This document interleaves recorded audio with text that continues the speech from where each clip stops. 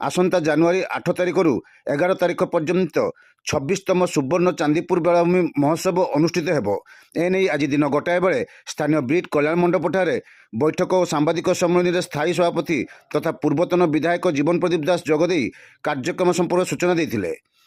यही सांबादिक सम्मेलन में उपसभापति विप्लव कुमार महांती, साधारण संपादक हरेकृष्ण दास, लक्ष्मीनारायण महांती, भागवत साहू, किशोर दास, राजेंद्र पट्टनायक, भावग्राही महांती समेत समस्त कार्यकर्ता और सभ्य प्रमुख उपस्थित थे।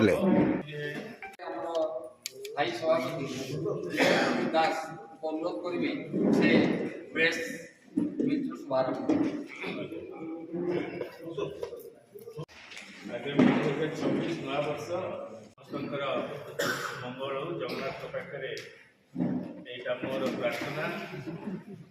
प्रत्येक वर्ष पर चलित अनुष्ठित हम जनवरी 8, 9, 10, 11 4 दिन, प्रत्येक वर्ष 4 दिन। गत वर्ष सिल्वर जुबली थी।